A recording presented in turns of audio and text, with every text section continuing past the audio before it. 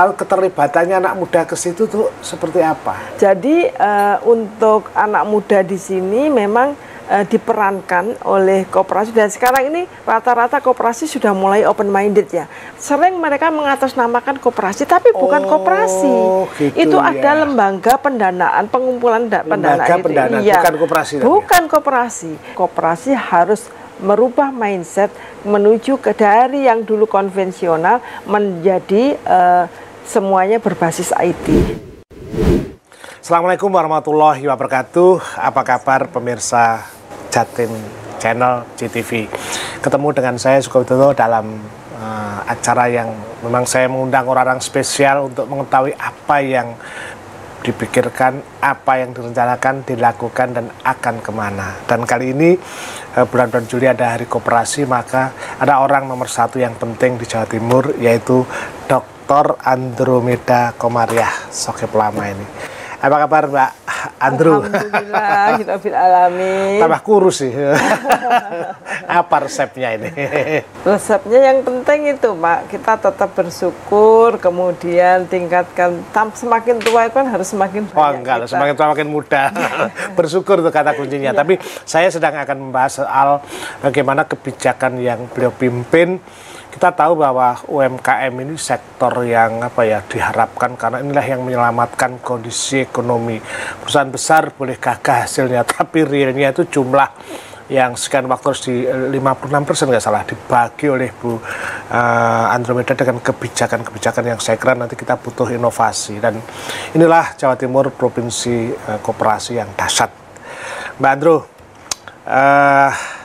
saya nggak ngomong hari koperasinya itu perayaan, tapi ini kan kondisi pandemi dan kita sudah mulai menerapkan cara baru otomatis ketika kita 2 tahun terantuk-antuk. Apa sih istimewanya UMKM ini sebetulnya? Ya, UMKM itu kalau menurut kita sangat luar biasa, karena di masa pandemik pun ternyata mereka masih eksis, terutama untuk UMKM yang cepat melakukan adaptasi terkait dengan protokol kesehatan yang semakin ketat. Nah, berdasarkan survei yang dilakukan oleh BPS sendiri, ternyata UMKM yang tetap eksis selama pandemik itu kurang lebih dari 50% yang tetap artinya tetap beroperasi untuk menjalankan usahanya. Nah, kemudian pada saat kita juga melakukan suatu survei yang dilakukan oleh Dinas Koperasi sendiri, dari binaan kita lebih dari 55% yang mereka yakin akan tetap bisa melewati pandemi ini. Bahkan 40%-nya itu menyatakan sangat yakin dengan protokol kesehatan yang tetap terjaga, mereka akan tetap eksis dan berkembang. Itu kan data riset, tapi pengalaman Mbak Andrew ini, Dr. Andrew ini artinya sudah on the track, karena beliau S1-nya itu ekonomi akuntansi dan kemudian sempat di teknik industri Mbak ya? Teknik di industri, manajemen industri di ITS. Di ITS ya? Terus yang dokternya? Di Unibro. Di Unibro ya? Jadi S1-nya di Malang, terus S2-nya di ITS, kembali lagi ke Malang. Lengkap sudah ilmunya, ini sekolah yang hebat ini. Nah, pengalaman aja Mbak, ini ngurusi UMKM itu kayaknya menikmati Mbak ya? Ya. Apa yang menarik dari UMKM itu? Padahal dikeraya awang wake. UMKM ini sangat menarik sekali buat kita. Kebetulan saya awal-awal menjadi PNS itu juga menangani koperasi dan UMKM selain industri dan perdagangan.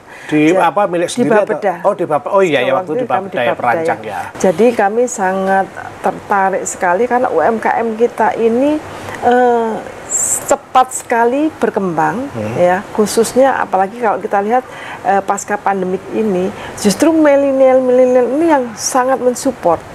Sebentar. Biasanya kan koperasi itu kan mesti urusannya wong tuwek-tuwek gini ya. Sekarang ini karena kan koperasi itu lebih banyak kebijakan pusat itu, bagaimana koperasi ini bisa bersaing dengan retail modern. Akhirnya sekarang banyak sekali usaha koperasi yang sudah mengarah ke manajemen modern. Oleh karena itu selalu kami tekankan bahwa di era sekarang ini, di era digitalisasi, era globalisasi, maka koperasi tidak kita pandang lagi sebagai koperasi adalah tempatnya orang-orang tua. Koperasi adalah masih konvensional, karena sekarang ini koperasi alhamdulillah di Jawa Timur itu perkembangan sangat luar biasa. Kita selalu menekankan bagaimana mereka bisa berkolaborasi, kemudian bagaimana mereka bisa memanfaatkan teknologi dan digitalisasi dalam setiap pelayanannya, dan bagaimana juga mereka bisa melakukan regenerasi, karena bagaimanapun juga regenerasi ini penting, terutama pada saat mereka ingin melakukan pengembangan-pengembangan untuk manajemen modern ini, dengan melibatkan para milenial di dalam koperasi ini. Justru inilah yang kemudian akan mempercepat bahwa koperasi sekarang ini berbeda dengan yang dulu, karena kita tahu koperasi sebagai wadahnya UMKM, sehingga jangan sampai UMKM-nya sudah digitalisasi sementara koperasi sebagai wadah ini ketinggalan. Ini nanti justru akan ditinggalkan oleh UKM yang menjadi anggotanya. Jadi dua-duanya dijalankan dengan cara modern ya? Ya. Oke, pemirsa, transformasi sosial berlangsung dan kita mengalami apa yang disebut dengan double disruption. Ya. Satu karena pandemi, dan dua karena teknologi itu yang membuat orang kita menjadi cara baru. Dan Andromeda, mungkin Dinas UMKM, koperasi ini kemudian membawa inspirasi baru dengan mendigitalisasi UMKM. Mbak, gak gak diprotes Bu Andromeda itu susah itu, gak awalnya kan gak susah, karena ini sejak Anda pegang ini kan saya lihat kan anak-anak muda itu juga betul gitu, yang saya kelihatan koperasi bukan suatu milik orang tua. Iya. Nggak kepodal anak buah atau orang-orang dulu. Ya, namanya suatu proses perubahan ya. Itu pasti ada pro dan kontra. Tetapi kita mencoba membuka dan merubah mindset para UMKM maupun para pengurus koperasi. Bahkan sekarang ini kami sampaikan sebaiknya antara pengurus koperasi dengan yang melakukan manajerialnya dan lain-lain itu harus terpisah. Manajerialnya itu kalau bisa kita ngambilkan, justru kita sarankan untuk bergabung dengan memasukkan milenial ini. Sementara pengurus dan pengawasnya itu biar secara administrasi saja. Tetap dia. Ya. Jadi kalau nggak gitu nanti ketinggalan, Pak. Makanya nanti saya khawatir ini koperasi sudah jadi, terus ada perubahan zaman, melaku dewe-dewe, akhirnya anak muda tidak tertarik. Nah, proses yang dilakukan, ini koperasinya dulu ya, mendigitalisasi koperasi termasuk sistem laporan sudah computerized, nggak ada kertas lagi.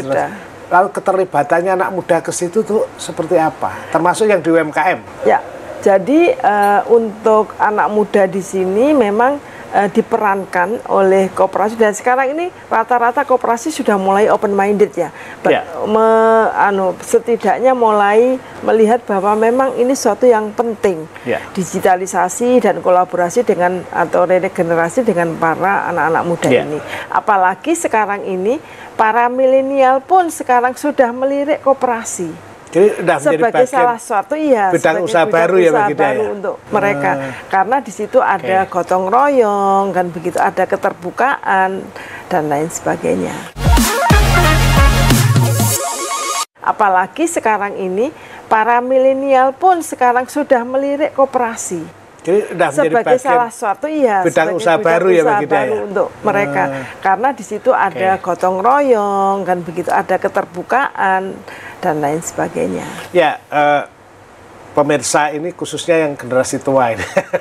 Ingat loh, jadi anak Anda itu kalau main gadget dan kemudian sendiri terus dia kerja di rumah, jangan dianggap tidak bekerja. Dia ternyata diajari oleh Mbak Andromeda ini gimana berbisnis dan berkolaborasi dengan usaha-usaha itu. Ada satu ketika Mbak Andro, ada perusahaan ini milik orang produk makanan. Waktu itu ada anak muda yang datang. Kalau Anda beli, ya Anda silahkan promosi, saya tidak bisa. Nah, kemudian anak itu membuat aplikasi dan jalan. Dia penting yang penting aku produksi hargaku sekian. Nah, anak ini yang kemudian dapat selisih semacam itu. Betul. Tapi akhirnya itu menjadi usaha yang luar biasa dan sampai kemudian antara marketing si anak ini dengan pemerintah itu bersatu. Menjadi satu, betul. Kita juga memanfaatkan, jadi kita kan pula punya yang namanya East Java Super Corridor. East Java Super Corridor. Yang ada di 5 Bakorwil. Yeah. Yang mana di situ juga ada MJC, Millennial Job Center, yang memang ini menjadi bagian dari percepatan melakukan digitalisasi ini. Sehingga UMKM kita itu bisa berkolaborasi dengan MJC yang sudah kita siapkan, Millennial ini, di dalam bagaimana mereka bisa membuat logonya, bagaimana mereka mendesain untuk packagingnya, bagaimana mereka bisa membantu untuk mempromosikan. Dan ini memang kami juga memberikan pelatihan bagaimana bisa mereka memfoto produk itu untuk kemudian dimasukkan ke dalam satu katalog. Nggak kalah ya sama produk asli. Nggak kalah sebetulnya. Nah, jadi saya lihat gini, kalau dulu kan orang tua kan tahu anak kok nggak kerja-kerja, akhirnya bawa map itu Mbak ya, map bekerja. Sekarang nggak lagi pakai cukup gadget aja mereka. Nah, soal kemudian di dalam pandemi ini memang betul yang paling struggle itu kan sebenarnya justru usaha kecil menengah itu ya. Betul.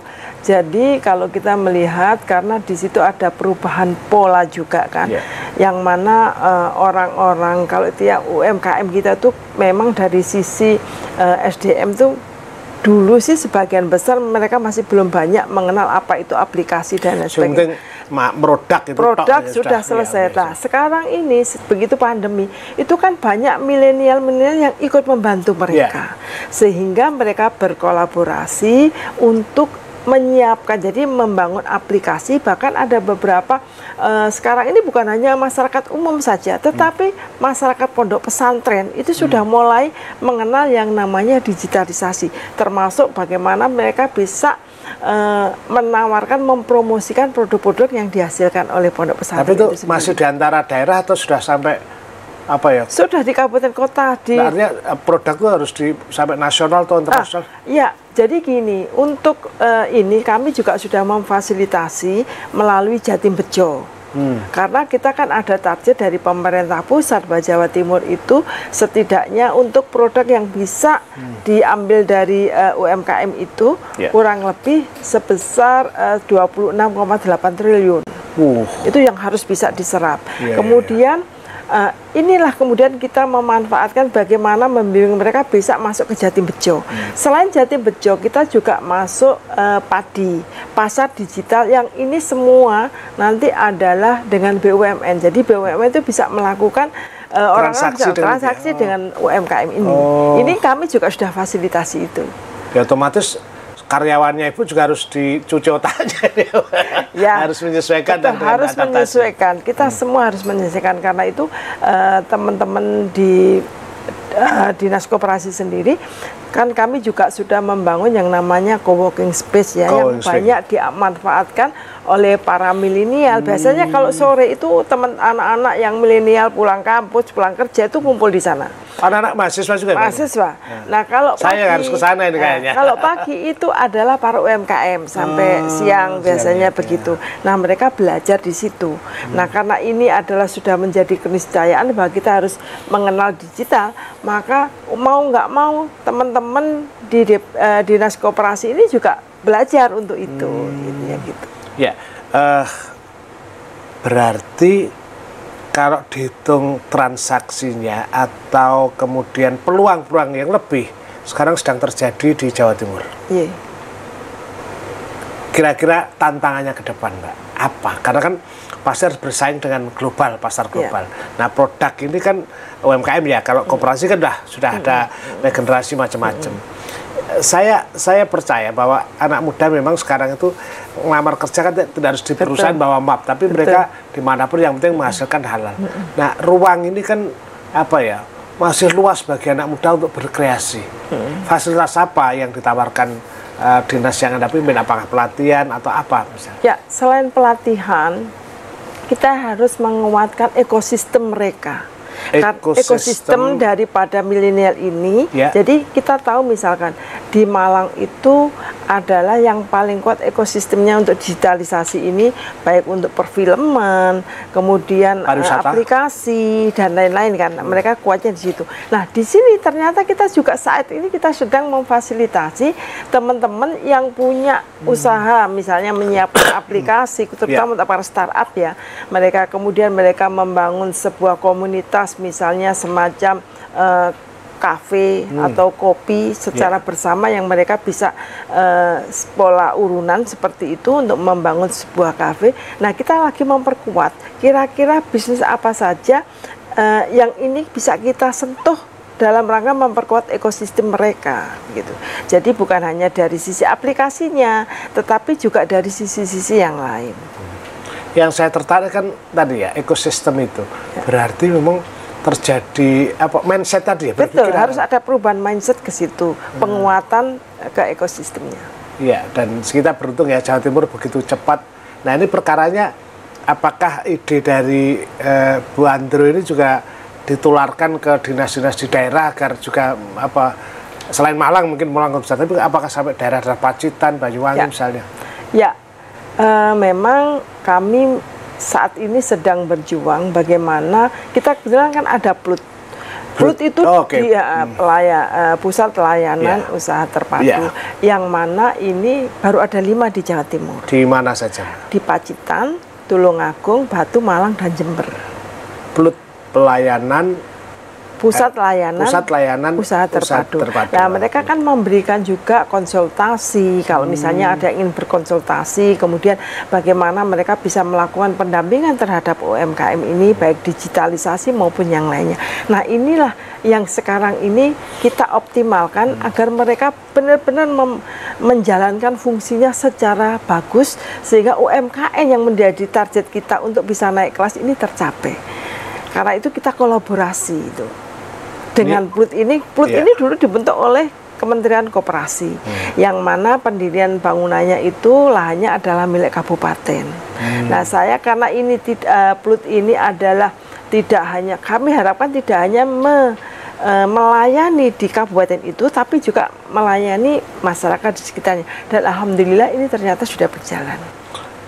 Mbak Andro, belajar akuntansi, belajar teknik industri dan juga ekonomi, on the track di dinasnya. Nah, sekarang menghadapi kalau saya kan banyak teru-teru saya yang juga agak keliru, tapi kalau dalam perspektif pertumbuhan ekonomi, manajemen ekonomi, kondisi sekarang tuh apa yang ingin Dr. Andro tuju? Masyarakat atau anak muda seharusnya ini peluang atau apa itu kira-kira kalau boleh menyarankan ini penting, soalnya ini kan biar inspirasi. Kalau nggak gitu nanti semua menunggu. Kalau saya melihat apapun kondisinya itu pasti ada peluang di situ. Selalu ada peluang. Selalu ada peluang. Di saat kita kesulitan pun di situ pasti ada satu titik yang kita namakan peluang. Seperti halnya saat ini. Makanya kami ingin bahwa meskipun kondisi ini pandemik, misalnya kemarin pandemik, kita tetap ada peluang untuk melakukan, yaitu tadi bahwa merubah pola-pola yang sebelumnya kita lakukan secara offline menjadi semua online. Dan ini pernah kami sampaikan pada saat ada kegiatan pameran pada tahun 2017. Itu kami sampaikan bahwa sebetulnya kita jangan hanya menyiapkan pameran itu dalam bentuk offline saja, karena suatu saat kita harus melakukan secara online yang mana semua orang itu bisa melihat, dan ini tidak hanya nanti pasarnya di Indonesia, tetapi di lokal juga saja ya? Global. Sebetulnya kita jangan hanya menyiapkan pameran itu dalam bentuk offline saja, karena suatu saat kita harus melakukan secara online yang mana semua orang itu bisa melihat, dan ini tidak hanya nanti pasarnya di Indonesia, tetapi di lokal juga saja ya? Global. Tapi ada syaratnya Mbak Andro, nggak sekedar pasti ada persyaratan produk itu bisa laku di pasaran. Betul, itu harus ada kurasi. Dan kami juga melakukan kurasi ini untuk produk-produk UKM. Jadi tidak asal produk. Tidak asal produk, tapi kita akan melakukan kurasi yang ini kita kerjakan dengan Kadin Akademi. Juga kita untuk yang sudah bagus kurasinya, kemudian kita sudah petakan bahwa ada produk-produk yang memungkinkan untuk dilakukan ekspor, maka kita juga sudah melakukan koordinasi dengan export center. Jadi ini harus terus kita lakukan. Selanjutnya, apalagi kita tahu bahwa produk pada tahun 2024 itu khususnya untuk produk makanan, minuman, dan yang terkait dengan hewan, karena di situ nanti standar-standarnya ya itu harus halal.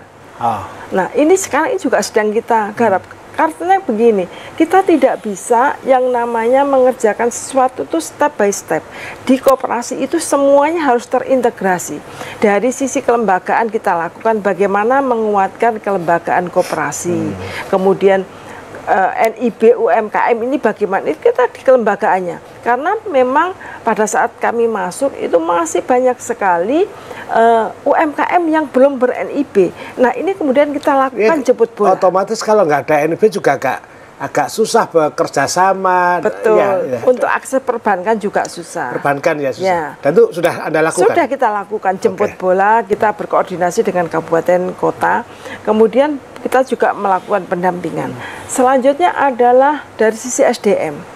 Sisi SDM kita tahu bahwa UMKM kita itu masih banyak yang belum bisa akses ke perbankan. Ini karena apa? Karena dari sisi laporan keuangan mereka itu masih bercampur baur antara rumah tangga dengan bisnis. Padahal perbankan itu juga sebenarnya memberikan peluang. Peluang. Sehingga ini kemudian kita sentuh melalui pelatihan untuk aplikasi penyusunan laporan keuangan. Ini kita juga berikan sehingga mereka harus bisa. Jadi kita sampai menyiapkan aplikasi khusus untuk UMKM yang kita sesuaikan. Jadi Anda ini selain jadi kepala koperasi juga jadi rektor koperasi university jadinya. Kan itu jadi pusat pendidikan juga tempat-tempat Anda itu ya. Betul. Setelah itu bagaimana mereka manajerial ini kita sentuh untuk yang koperasi, terutama koperasi retail, yang mana ini alhamdulillah pelatihannya kita berikan dan dari BI juga mensupport untuk sertifikasinya. Ya, pemirsa, jangan dikira Bu Andro sekedar cerita, karena saya baru saja membimbing menguji salah satu mahasiswa yang kebetulan itu meneliti koperasi retail di Tulungagung Trenggalek lah. Jadi tahun lalu itu ceritanya. Dan saya tanya risetnya kapan, itu berdiri sejak tahun lalu.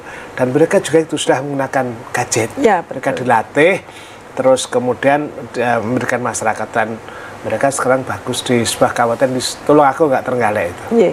Ya Pak, terus setelah SDM ini kita mulai meningkatkan lagi. Ini ada lagi rentetannya. Ini sudah bagus. Itu kita masih ada lagi yang namanya peningkatan kualitas produksi. Nah, itu produksinya itu kita lihat kurangnya apa, sudah ada standarisasinya belum, sudah ada sertifikasinya halal belum. Itu semua kita fasilitasi juga. Bahkan kita memberikan bantuan untuk sertifikasi halal. Kemudian terkait dengan standarisasi HACCP itu kita juga bantu, meskipun kita nggak terlalu banyak bisa mengalokasikan itu, tetapi setiap tahun itu harus kita lakukan agar memang satu produk itu bisa mentas. Ya begitu. Nah, kemudian juga kita membantu para yang ingin mengembangkan misalnya kan produk mamin misalkan, atau produk mereka punya kuliner.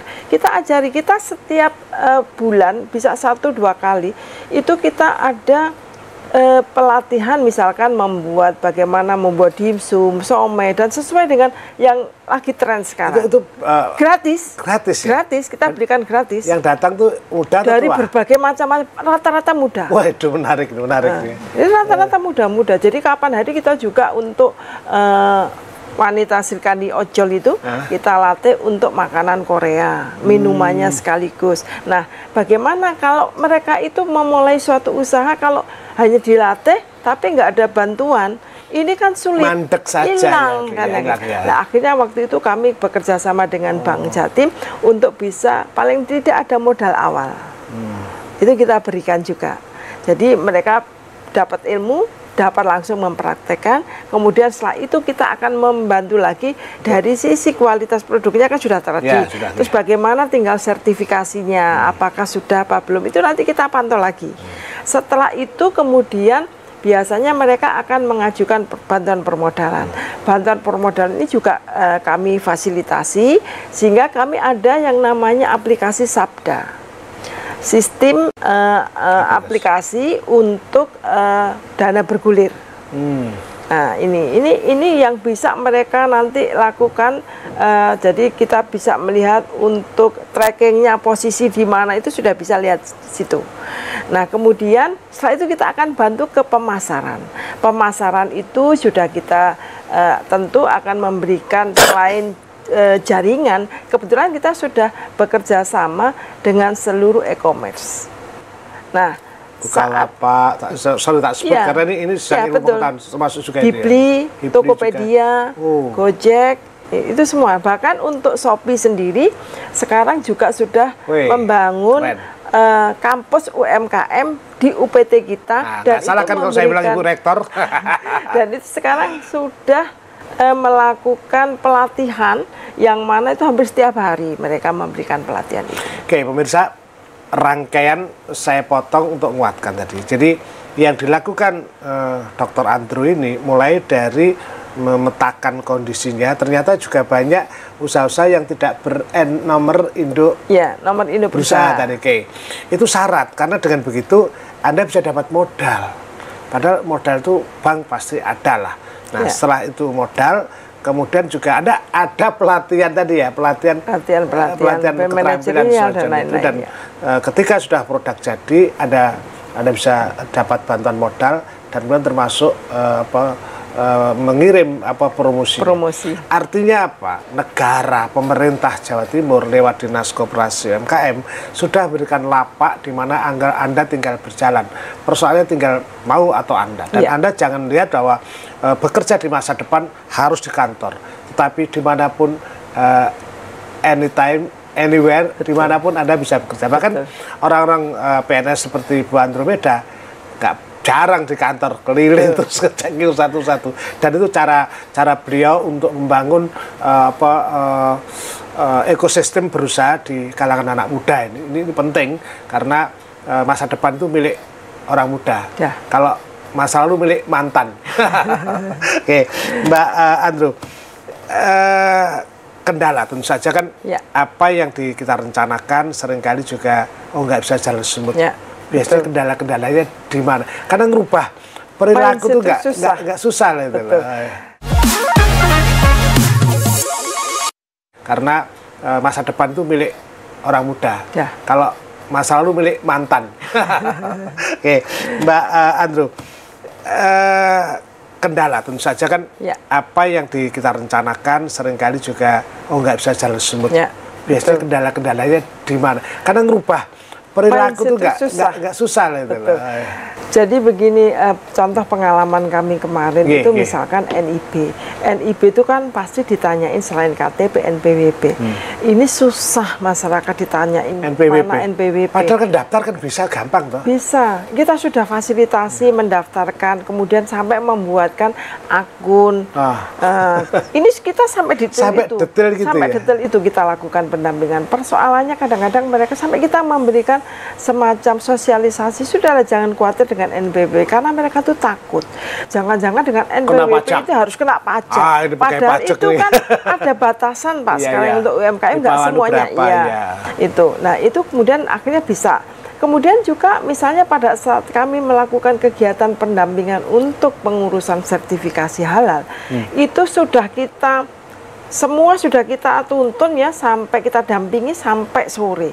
Nah terakhir itu kadang-kadang tinggal mengupload dokumen, mereka kurang aja, itu nggak dilakukan. Sehingga kita tuh harus mendampingi betul sampai clear. Itu namanya nuntun bukan? Iya nuntun itu. Ini yang menjadi salah satu kendala kita. Sehingga maksudnya kalau memang itu sertifikasi halal kita kan targetnya 1,5 juta Pak, ditarget oleh pusat itu. Karena se-Indonesia itu ada 10 juta rencananya sertifikasi halal. Kita sendiri 15%. Dengan pendampingan yang demikian harus benar-benar. Ini kan semakin susah kita. Makanya kami kemarin juga berharap nanti kalau ini harus sudah diberlakukan pada tahun 2024 pada bulan Oktober rencananya, itu kami ingin semua bersinergi, bukan hanya pembiayaan itu nanti dari pusat, dari Pemprov, dari kabupaten, tetapi juga melibatkan stakeholder, misalkan perbankan. Itu mereka harus aware. Untuk UMKM sudahlah, kalau UMKM saya bantu 100 nih. Kalau itu dilakukan semua bersinergi, saya rasa cepat itu bisa terrealisasi. Ya, seringkali orang memang jalan pintas prosedur yang dilakukan dengan benar itu tidak mau. Akhirnya orang mending pinjol. Padahal itu kan buat kita menderita kadang-kadang. Ya, betul. Yang untuk pinjol ini juga memang bukan hanya tanggung jawab kita pemerintah saja, tetapi kita perlu juga pengawasan dari masyarakat. Karena pinjol itu yang langsung dengan masyarakat. Itu Pak. Jadi sering mereka mengatasnamakan koperasi, tapi bukan koperasi. Gitu, itu ada lembaga pendanaan, pengumpulan pendanaan. Bukan koperasi. Bukan koperasi. Nah, karena itu maka kami minta masyarakat itu bersama-sama melakukan pengawasan terhadap itu dan melaporkan kepada kami. Karena kami di sini ada satgas yang namanya satgas apa ya? Satgas untuk maksudnya mengawasi investasi itu tadi, yang mana terdiri dari Kejati, Dinas Koperasi, OJK, dan satunya lagi adalah kepolisian. Jadi hati-hati masyarakat ya. Jadi jangan ada mengambil jalan pintas, karena jalan pintas itu sebenarnya selalu tidak terlalu bagus lah, bahkan tidak bagus dan bisa menjelomprong, apalagi untuk usaha itu. Ya, betul. Jadi keberhasilan itu tidak jatuh dari langit, tidak pakai jalan pintas, selalu ada sesuatu yang ditempuh. Dan Dinas Koperasi UMKM Jawa Timur di bawah pimpinan Dr. Andromeda ini sudah melakukan lapak, di mana lapak itu memang disesuaikan dengan kondisi yang global, kondisi yang kita sebut dengan digital. Digitalisasi koperasi UMKM di Jawa Timur sedang bergulir, dan ini butuh kepedulian Anda untuk melakukan. Mbak Andro, berarti kampus-kampus anak mahasiswa sekarang sudah bisa berkooperasi, bisa usaha kan? Bisa. Kita juga memberikan, jadi ada beberapa kemarin yang memang mengajukan untuk pendirian koperasi. Selama anggaran kita masih, maka kita akan memberikannya secara gratis untuk pendirian koperasi. Gratis ya, untuk melakukan itu ya. Oke. Nah, ini kan tanggal Juli 12 ya, Juli itu ulang tahun koperasi. Untuk momentum ini, apa sebagai seorang dokter ya, di luar tugas Anda, kira-kira gimana masa depan koperasi dan UMKM ke depan nih, prediksi Anda ini? Jadi memang kami sekarang menggiatkan bagaimana koperasi ke depan itu bisa menjadi holding. Koperasi bisa jadi holding. Apa holding mungkin company itu? Mungkin. Kenapa tidak? Karena sekarang ini kami sudah mulai merintis. Dan alhamdulillah memang dengan Agrindo ya, jadi Agrindo itu nanti diharapkan nanti ada satu koperasi, memang ini sudah berjalan juga Pak. Jadi ada koperasi yang akan menjadi holdingnya, yang mana di bawahnya itu ada koperasi-koperasi primer yang akan memberikan dalam satu jaringan itu ada booking itu. Betul. Demikian juga dengan UMKM. Saya rasa kalau koperasi bisa menjadi holding, sementara UKM menjadi anggotanya, ini akan menjadi satu langkah luar biasa. Karena kan pasarnya juga ya hidup bersama, dan itu prinsip koperasi kan. Di asas kekeluargaan, gotong royong itu di situ letaknya. Dan inilah Bung Hatta, founding father negara kita, Pak Karno pun menempatkan koperasi sebagai soko guru perekonomian Indonesia. Jadi jangan kaya sendirilah, bareng-bareng. Dan satu lagi, kalau kita dulu selalu menganggap bahwa koperasi nggak mungkin bisa ekspor. Sekarang sudah mulai banyak koperasi yang melakukan ekspor, termasuk koperasi melakukan kegiatan ekspor langsung. Bisa dicontohkan yang mana? Jadi salah satu sekarang saya contohkan yang satu, koperasi pondok pesantren yang Pomosda yang Nganjuk itu. Mereka sudah melakukan ekspor untuk janggel jagung yang diolah menjadi pakan ternak. Janggel jagung. Ya. Itu barang sing sok dianggap ora kanggo, ternyata kalau dikelola jadian ya. Jadi ya itu ke Jepang sama ke Australia mereka sudah. Terus kemudian ada lagi koperasi yang di Surabaya juga, mereka saat ini memenuhi pasar Korea Selatan. Ini untuk palet. Palet yang untuk barang. Oh iya palet. ya. Ini dengan Korea. Dan ini kemarin saya juga sedang berkomunikasi terus dengan teman-teman di Gresik. Itu juga akan ada untuk melakukan ekspor. Mereka akan melons. Jadi sebetulnya sudah mulai peluangnya ada, tinggal kita dan nyatanya Anda buktikan dengan 3 tempat yang Anda sebut tadi sudah melakukan itu. Wahai anak muda, ini anak muda aja kita dorong ya. Kan mereka secara teknologi sama lah, Korea, Jepang, Amerika sudah sama kan. Tinggal persoalannya adalah bagaimana punya naluri keberanian untuk melakukan. Nah, dari fasilitas ini ya. Ini yang yang satu tahap itu. Kalau anak-anak muda merasa itu keberatan nggak? Dia harus melalui step. Saya kira lebih mudah ya, karena bikin NPWP itu kan bagi anak muda. Dan sekarang juga lebih mudah. Kalau dulu itu kan harus 20. Sekarang nggak harus 29 itu sudah bisa membentuk koperasi. 9 orang ya. Oke, apa yang Anda sampaikan kepada khusus anak muda ini? Saya pengen Mbak Andrew ini kan meneliti ya, mengkaji. Semangat harus diberikan kepada anak muda dong. Ya, jadi kalau pesan saya kepada anak-anak muda, sebaiknya persiapkanlah menjadi wirausaha. Karena apa? Karena wirausaha itu memang kalau kita awalnya itu kita harus semangat, tidak gampang putus asa. Karena bisnis itu selalu ada resiko. Pekerjaan apapun semua ada resiko. Karena itu mari kita sama-sama membangun wirausaha. Dengan wirausaha saya yakin Anda akan membantu orang lain untuk mendapatkan pekerjaan. Mendengar tuh anak muda itu, jangan terlalu balak main gadget itu. Bu Andrew aja udah lari-lari sampai kurus, saya mau niru. Andrew, pasar global terjadi dan beberapa tahun yang lalu kita udah masukkan barang-barang itu. Padahal kita punya itu. Ya. Ada nggak kira-kira pikiran atau kunci menurut Anda pribadi atau kebijakan yang untuk melawan pasar global itu apa? Jadi saya kayak nguji disertasi aja. Tapi saya jadi begini. Kita itu ya, ini ada 17 koperasi serikat bisnis pesantrennya. Kita 17. Contohkan aja. Yeah. Itu ada 17 anggota. Lah, mereka itu masing-masing itu punya keunggulan. Ada yang menyiapkan toserba, punya toserba.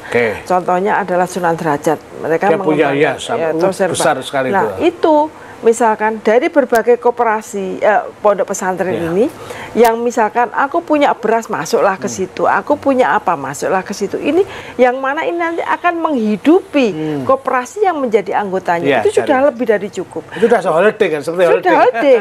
Dan ini saya rasa sudah mulai berjalan di mereka. Termasuk misalkan konveksi.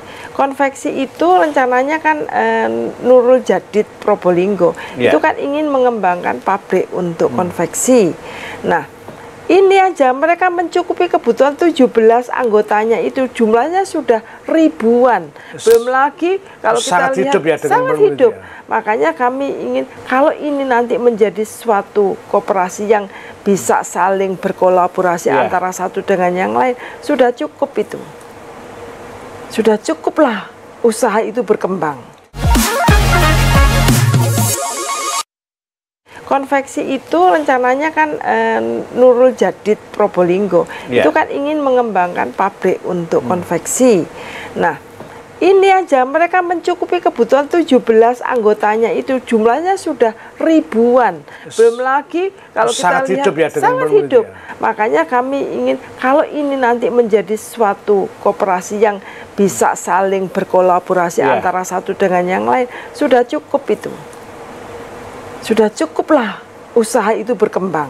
Termasuk yang kita sebut ekspor itu kan tidak harus keluar negeri kan? Iya, betul bisa, ya. Sepakat ya kita. Betul. Ya. Ekspor itu bisa keluar provinsi. Ya.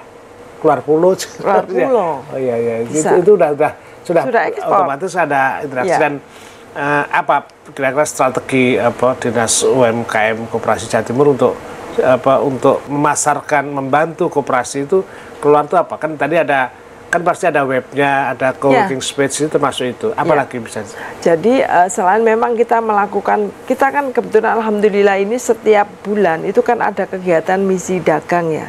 Misi dagang, misi dagang Jawa Timur. Langsung dipimpin oleh Ibu Gubernur. Nah, itu kan selalu antar provinsi.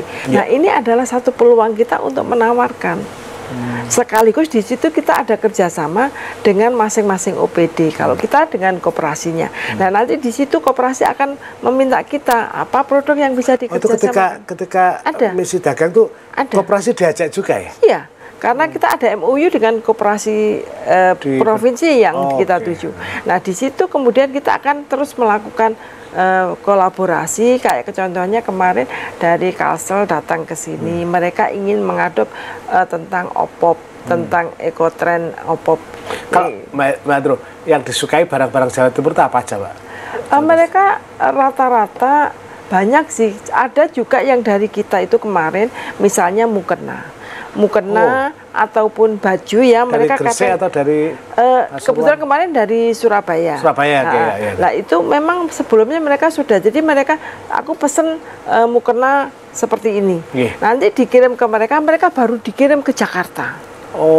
Ada juga yang menggunakan tenun, pakaian motif tenun ataupun bordir. Itu mereka minta, bordir seperti ini colong ditambahkan khasnya sana seperti apa, sehingga kita membuatkan, kemudian terjadilah transaksi itu, dan itu terus termasuk untuk kegiatan usaha-usaha yang lain. Jadi kan kalau dulu kan koperasi itu kan terkenalnya, kalau koperasi ya itu kan simpan pinjam aja. Sekarang sektor real udah mulai. Sekarang kita lebih banyak simpan pinjam, harus lebih kita arahkan kepada sektor real. Dan sekarang rata-rata yang koperasi simpan pinjam itu sekarang sudah mulai bergerak juga ke arah sektor real. Karena kalau nggak ada malah mati sendiri. Malah mati, apalagi kalau kita lihat kemarin masa pandemi, yang paling dampak kan juga simpan pinjam, karena banyak pinjam macet. Kemudian ada yang menarik uangnya karena mereka kena PHK. Ini kan makanya harus ada sektor real. Itu lebih nyata dilakukan. Apa kira-kira ya yang kalau menurut gagasannya peluang besar selain mukena, kalau makanan juga kita juga hasil laut. Betul.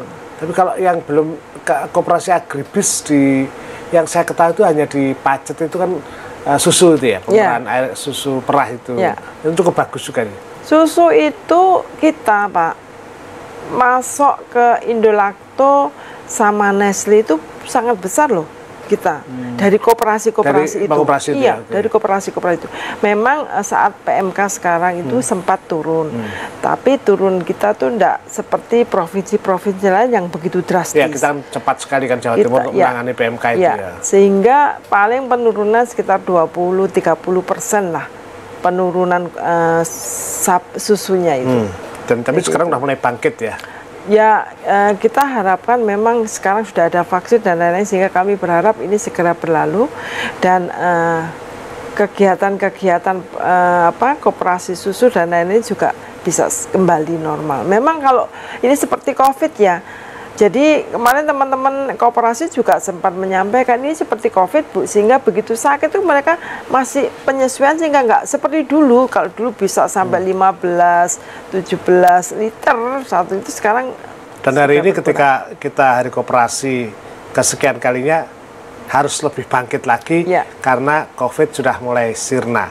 Nah, ini yang saya kira kita pesan gubernur kan harus optimis. Jatim bangkit. Ini yang selalu kita gaungkan kepada koperasi, bahwa saat ini kita sudah punya tag optimis Jatim bangkit. Jadi kita semua harus bersama-sama menuju ke era itu. Jadi terakhir, Mbak, mungkin pesan-pesan dalam koperasi ini, mungkin koperasi harus apa? Silakan ke pemirsa ini.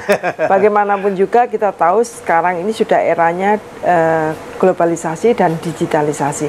Oleh karena itu koperasi harus merubah mindset menuju ke dari yang dulu konvensional menjadi semuanya berbasis IT. Kemudian yang kedua juga perlu ada peningkatan partisipasi anggota. Nah, untuk meningkatkan partisipasi anggota ini, maka pelayanan berbasis digitalisasi ini adalah wajib, sehingga setiap informasi dan kegiatan transaksi itu bisa dilakukan 24 jam.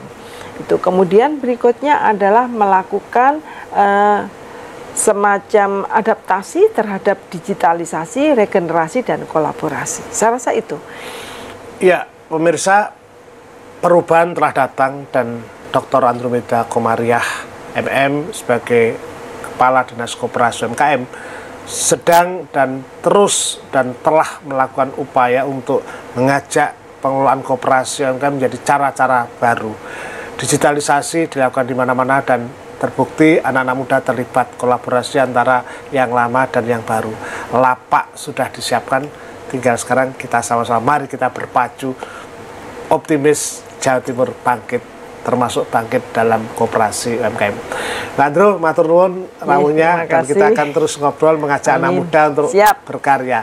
Tetap terus ikuti Jatim Channel. Saya Sukoto, mohon maaf kalau kurang, dan terima kasih. Wassalamualaikum warahmatullahi wabarakatuh. Waalaikumsalam warahmatullahi wabarakatuh.